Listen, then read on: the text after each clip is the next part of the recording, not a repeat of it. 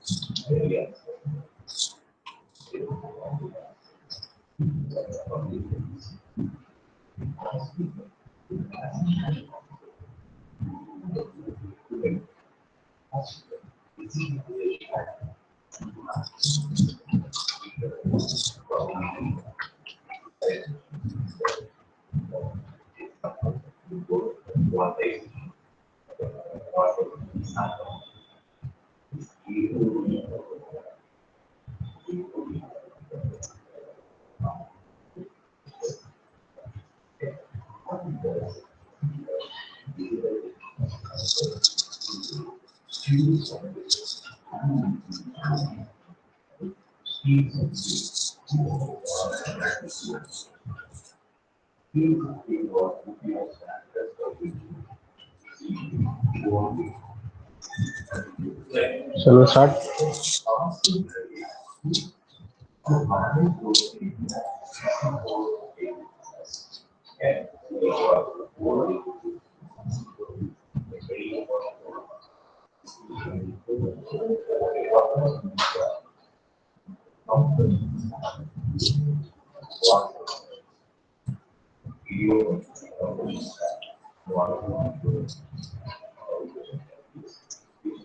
Hello, shall we start?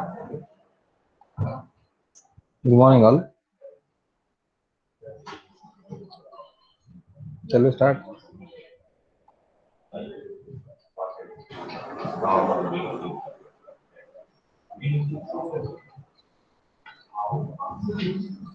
Yeah, fine. Okay. So in the previous class, we just dealt with the design methodologies, top down and bottom up approach. So now let us try to see the same with the help of a video. We'll try to see what do you mean by top down and bottom up design methodology. More in general, previous class I just given you an example of T flip flop, that is a 4-bit triple carry adder using T flip flop. So same T flip flop was achieved by or designed using an inverter and a D flip flop. So let us try to elaborate that with the help of video. I'll just share you the video. Just watch this video. After that, we'll comment on this.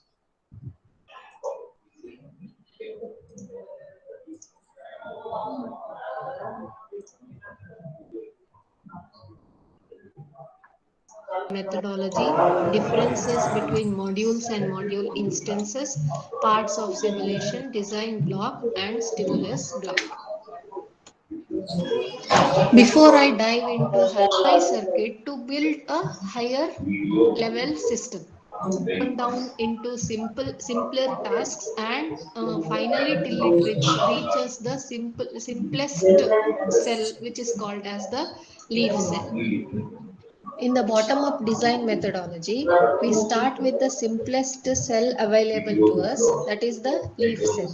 Using these leaf cells, we build the higher level cells called as the macro cells. And using these macro cells, next higher level blocks are formed. So here the level of the in the figure only one level of macro cells is shown, whereas the number of levels for the macro cells can be any until you reach the top level block. Typically, a combination of top-down and bottom-up flows are used. The design architects define the specification of the top-level block, whereas the logic designers decide how the design is to be structured by breaking up the functionality into blocks and sub-blocks. At the same time, the circuit designers are responsible for designing optimized circuits for the leaf cells. They build higher level cells by using these leaf cells. Somewhere in the intermediate place, the two flows will meet, where the switch level circuit designers have created a library of leaf cells using switches. By switches, I mean transistors. So and the logic level designers have designed from the top down until all modules are defined in terms of leaf cells. So these logic designers work at the gate level. We'll look into an example to understand the bottom up and the top down design methodologies. The example taken is 4-bit triple carry counter. The 4-bit triple carry counter is realized using 4 T flip-flops, and it is ripple carry counter, that is it's an asynchronous counter because only the first flip-flop will be getting its clock from the system clock. The second flip-flop will get its clock from the output of the first flip-flop. The output of the second flip-flop is given as clock to the third flip-flop. The output of the third flip-flop is given as clock to the fourth flip-flop. And you can see that there is a bubble for the clock input. This indicates that it is a negative edge triggered. A bubble and a arrow inside the square indicates that it is edge triggered, and bubble indicates it is negative edge triggered. So the meaning of negative edge triggered is only for the negative going transition of the clock. That is, when the clock makes a transition from 1 to 0, the flip-flop will be active. And as per the characteristics of the T flip-flop, when the T flip-flop gets an active clock, it toggles the output. Meaning, when the flip-flop gets the active clock, the Q will, if the previous value of Q was 0, it will become 1 now. If the previous state was 1, on getting an active clock, it will become 0. And you can see the reset signal is active high, and it is given to all the flip-flops. The outputs Q0, Q1, Q2, Q3. Here Q0 is the least significant bit and Q3 is the most significant bit. We'll look into the working of the ripple carry counter. For your reference, I have included the logic diagram of the 4-bit ripple carry counter. So here there is the timing diagram of the same. So first input is the clock. So clock is a continuous train of pulses. Then the outputs Q0, Q1, Q2, Q3 are plotted accordingly. So here you can see the first flip-flop will get this clock input. That is continuous train of pulses. That is the system clock. Now, whenever this clock goes through a negative going transition, so before that, for initial state, we will we'll reset the counter, hence all the outputs will be 0, 0, 0, 0. Now, the clock will have its first negative going transition at this point. So, at this point, the first flip-flop will get its active clock. So when it gets its active clock, the output will toggle. So previously it was 0. So now it will toggle and become 1. Next, this flip-flop will get the active clock at this point. So that time the previous state was 1. Now it will toggle and become 0. So for every negative going transition, you can note that the negative going transition is made slightly bold. So for every negative going transition, it will toggle from 1 to 0 and 0 to 1. Now coming to the second flip-flop with output Q1. This will get clock from Q0. So here initially this is positive going transition, so nothing will happen. The first negative going transition of Q0 is at this point. So at this point, this flip-flop, that is the second flip-flop with output Q1 will get an active clock. So when it gets an active clock, it will toggle the output. So initially the Q1 was 0 and on getting a negative edge clock, it will become 1. So for every negative going transition of Q0, it will toggle. So for every 2 clock pulses of Q0, this will toggle. Similarly, Q2 will toggle only when there is a negative going transition on Q1. So here you can see this is a positive going transition from 0 to 1. So nothing happens here. For the negative going transition here, the Q2 will toggle. Similarly, another negative going transition, Q2 will toggle from 1 to 0. Likewise, Q3. Q3 will toggle only when it gets a negative going transition on Q2. So Q2 will have its negative edge transition at this point. So here the Q3 will toggle from 1 to 0. Now you can see the outputs at any instant. As I told you, Q0 is the least significant bit and Q3 is the most significant bit. So the outputs at any instant, you should read it vertically. So it will be first instance, it is 0, 0, 0, 0, 0, 0, 0, 1, 0, 0, 1, 0, 0, 0, 1, 1, and so on up to 1, 1, 1, 1. Then all will get the negative transition, going transition at this point. So all will be reset to 0. This will continue to count from again 1, 2, 3 up to 15 and the cycle repeats. Based on the timing diagram explained in the previous slide, I have the truth table of the 4-bit triple carry counter. So here in the truth table, you can see that Q0 is toggling for every clock pulse, because for every clock pulse there will be a negative going transition, and Q1 will toggle only when Q0 goes from 1 to 0. See here again Q0 is going from 1 to 0, Q1 will toggle. Q2 will toggle only when there is a 1 to 0 transition on Q1, say here, and also say here there is a 1 to 0 transition, so Q2 will toggle.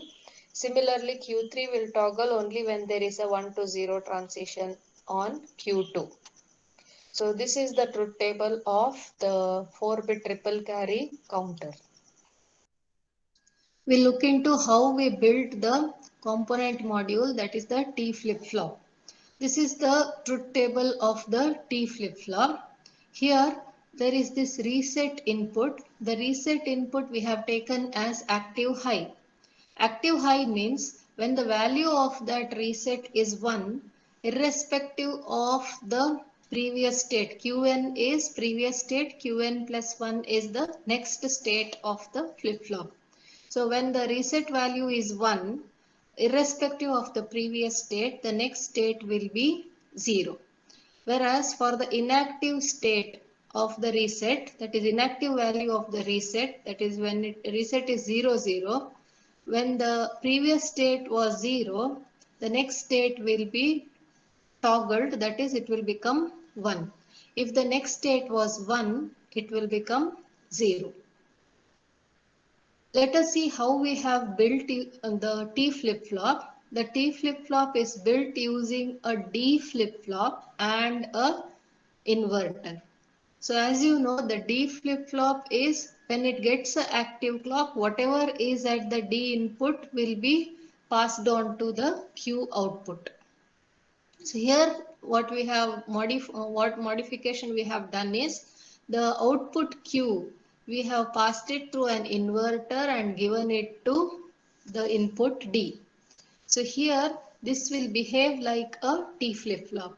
So when the clock is active, that is when the clock is going from 1 to 0, whatever is at the input. So if the previous state was 0, it would have inverted and come here. So now D is 1. So as per the characteristics of the D flip-flop, it is passed on to the output Q. So previous state was 0. Now the current state will be 1. Similarly, if the previous state was 1, the next state would be 0.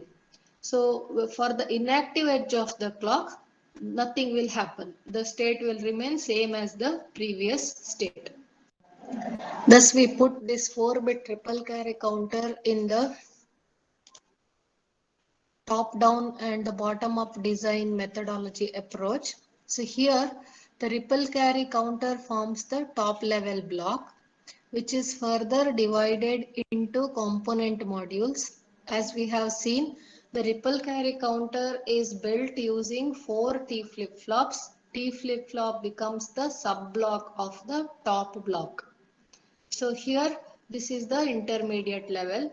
T flip-flop can be further realized using D flip-flop and a inverter gate. So each one is subdivided into these two component modules. So this is how we specify the top-down methodology. Further, we could build the D flip-flop in the, if we think of the bottom-up design methodology, we could build the D flip-flop using AND gates and OR gates, or you could have built the D flip-flops using transistors, which forms the leaf cells. So the bottom-up and the top-down approach meet at the D flip-flop level. In this video, we have seen what are hierarchical design concepts that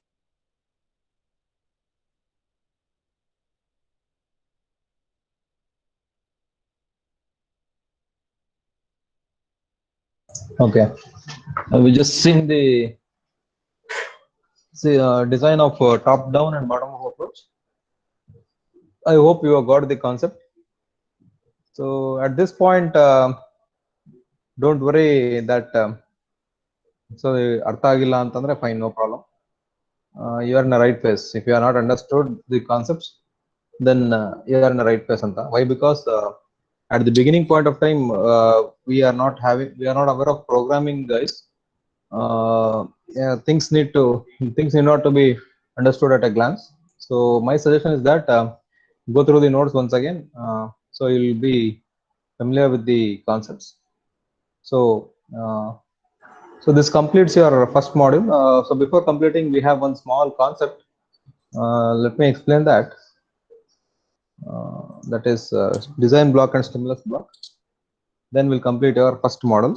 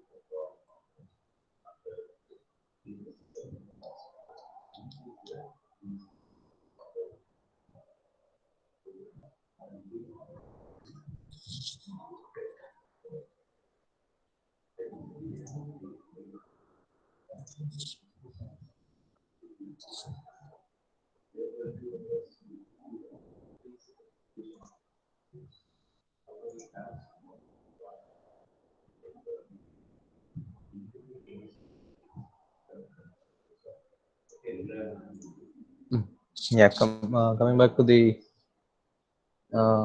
actual syllabus.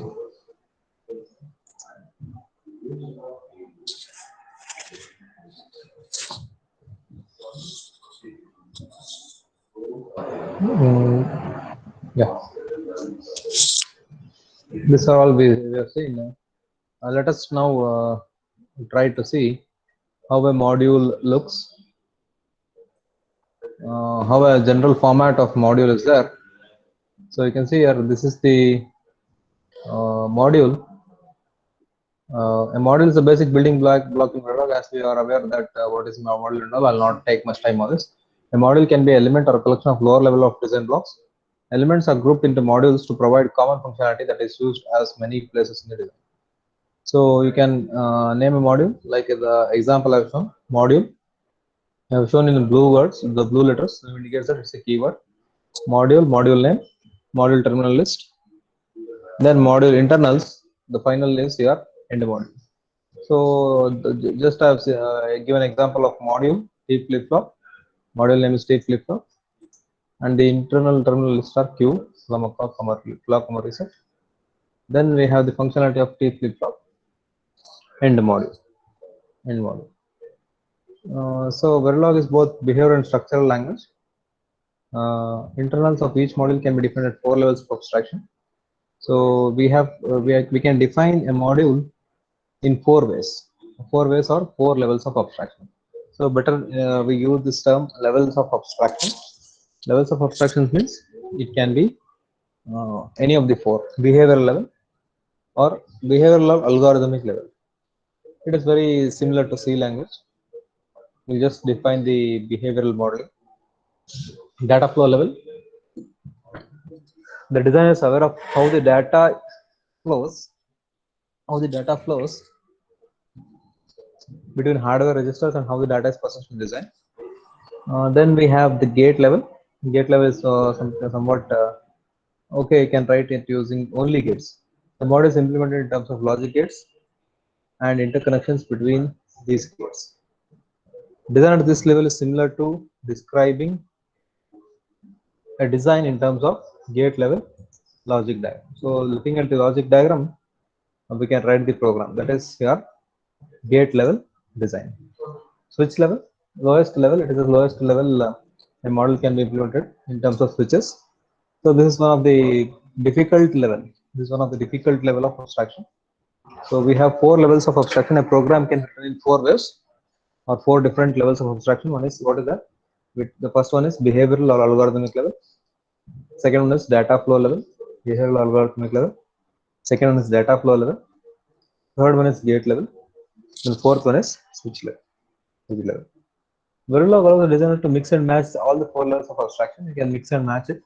In digital design community, the term register transfer level is frequently used for a Verilog description that uses a combination of behavioral and data flow constructs. And it is acceptable. You can mix the different levels of abstraction and write the program. So once you write the program, once you start writing the programs, you'll come to know the advantages of Verilog. The higher the level of abstraction, the more flexible and technology independent is the design. Lower the level of abstraction, design becomes technology dependent and inflexible. I said switch level. So in switch level, you have to use only the transistors, that is NMOS and PMOS. If you are going for a CMOS design methodology, you have to design the entire program using the NMOSFET and PMOSFETs. Example, coding in C is very easy versus assembly language program. Assembly language programming, you need to remember many mnemonics and you have to write the program. Whereas coding in C is quite simple. So instance, we call this instance. A module provides a template form, a template from which you can create actual objects. So when a module is invoked, Verilog creates a unique object from the template. This unique object is the instance. Each object has its own name, variables, parameters, and IO interface. The process of creating objects from a module template is called instantiation, and the objects are called as instances. Example of instance, consider 4-bit triple carry counter. The top level block creates 4 instances from the T flip-flop. So if you just consider this 4-bit triple carry counter program, top level module is called as triple carry counter. It has 4 T flip-flops. Once you write that program, Verilog itself will invoke or it will create the instance. 4 T flip-flops. Each T flip-flop has a D flip-flop and inverter gate. So which in turn T flip-flop has an inverter and D flip-flop. So each instance must be given a unique name.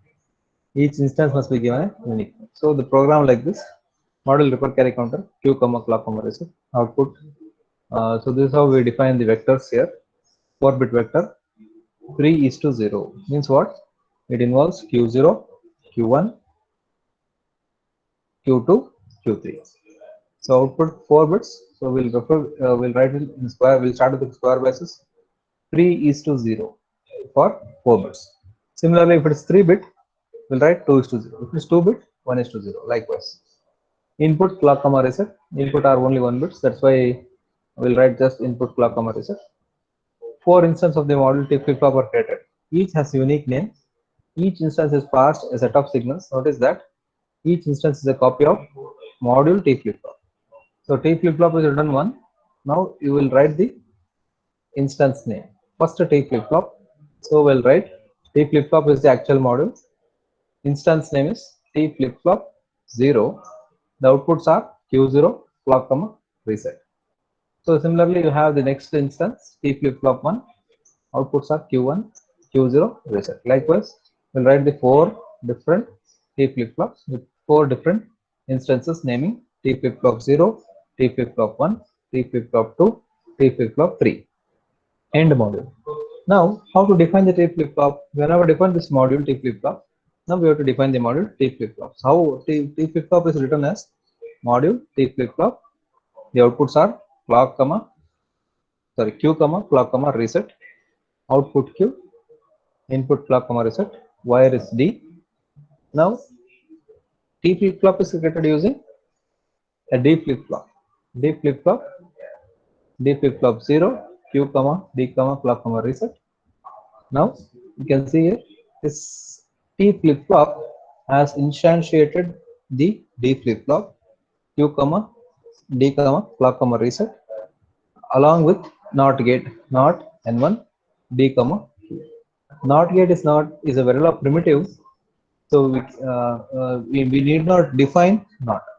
So primitives are already present inside this language, which we need not define once again. That's it. End module. So this is what is your program for 4-bit ripple carry counter and the instances. So now remember here we are writing a top module. Top module is called as ripple carry counter, which will instantiate 4 tip flip flops.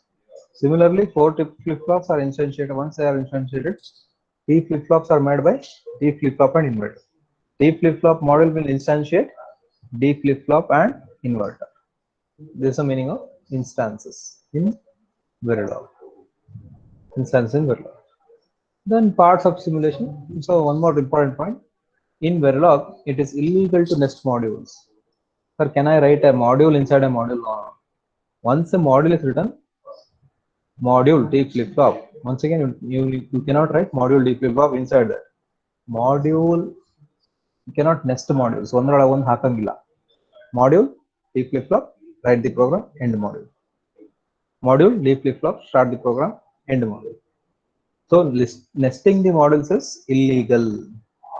Nesting the modules is illegal. You will get an error. One module definition cannot contain another module definition within the module and end module statements. Instead, a module definition can incorporate copies of other modules by instantiating them. You can only instantiate, you cannot write module inside a module. Yeah, then parts of simulation. After designing a system, it has to be tested and verified for its correctness. Yes, definitely. Once you rig up the circuit in the lab, the next thing is you'll switch on the kit and you'll give the inputs and you'll check the outputs. Just remember your logic design lab, visual system design lab. There you'll rig up the circuit.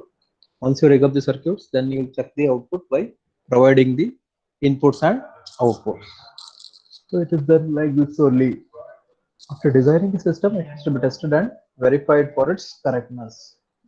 So that correctness, whether the circuit whether the things we have done is meeting our expectation or if my program is wrong or right, I can check using the parts of simulation. That is, the device has to be tested. Two styles of stimulus application is there. So I can write the stimulus program or test bench code. The stimulus block instantiate the design block. So you can see here, this is a stimulus block. Clock reset you have to apply. Then output is Q. Stimulus block instantiate design block. So this is the stimulus block. Sorry, this will instantiate the design block. So you can see here, this is your stimulus block. You are applying the stimulus. Top level block you can see here, D underscore block, D underscore reset, C Q. Design block, clock we are applying clock, reset we are applying reset, Q is the output. Stimulus and design block instantiated in a dummy top level model. So this is how the things will work. So in the video, the same program has been used to explain the things. So this is about your stimulus block and design. So output, so you can see here. So this is your test bench code. Model stimulus, register clock, register reset, wire placed to 0 Q. Now we can see here at every 5 seconds clock is equal to now clock. You are toggling your clock here. Initially you are setting the clock to 0. So after 5 seconds, what happens to the clock is it will change it as 1. 0 ಇದ್ರೆ 1 ಆಗುತ್ತೆ. ಇಲ್ಲಿ ನೋಡಬಹುದು 5 seconds 0 ಆಗುತ್ತೆ. Next 5 seconds 1 ಆಗುತ್ತೆ. Like this. After 5 seconds, clock will become not clock. Control the reset signals that drives the design block. Reset is asserted from 0 to 20 and from 200 to 220. Initial begin reset is equal to 1 tick binary 1. 1 tick means it is considering 1 bit. B1 means it is binary 1. We are providing with reset as 1. Next, after 15 seconds, reset will become 0. That we have tried here. After 15 seconds, reset is equal to 1 tick binary 0. After 180 seconds, reset becomes 1 once again. Next, reset is equal to 0. The other 20. Finish. It is 200, I guess, not 20, it is 200. Finish. Terminate the simulation. End. Monitor the outputs. Initial. What you have to monitor? Monitor time, output, Q, end module. Once the stimulus block is completed, we are ready to run the simulation. So output is like this. Initially Q is 0. 20. After 20, output Q is equal to 1. 2 like this. So this is how the things will work in. So you can see here it will count from 0 to 15. Once again it will count from after 15 it will become 0. So here you can see a change here 190. Output becomes 0. 195 because reset is enabled here. Why? Because 180 plus 15 195. Once again your output is becoming 0. So getting the program. So try to analyze this program. So if you got this, fine. Otherwise I'll once again explain it to you in the next class. Now the class is open to doubts. If you have any doubts you can ask me. So this completes your module 1. If you have any doubts you can ask me. Yes, any doubts? Mark your attendance in the chat window.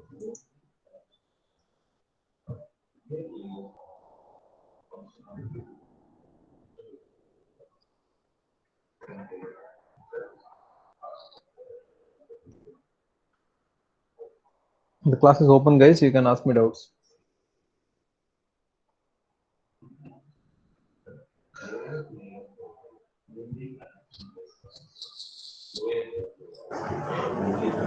If you have any doubts, you can leave the class.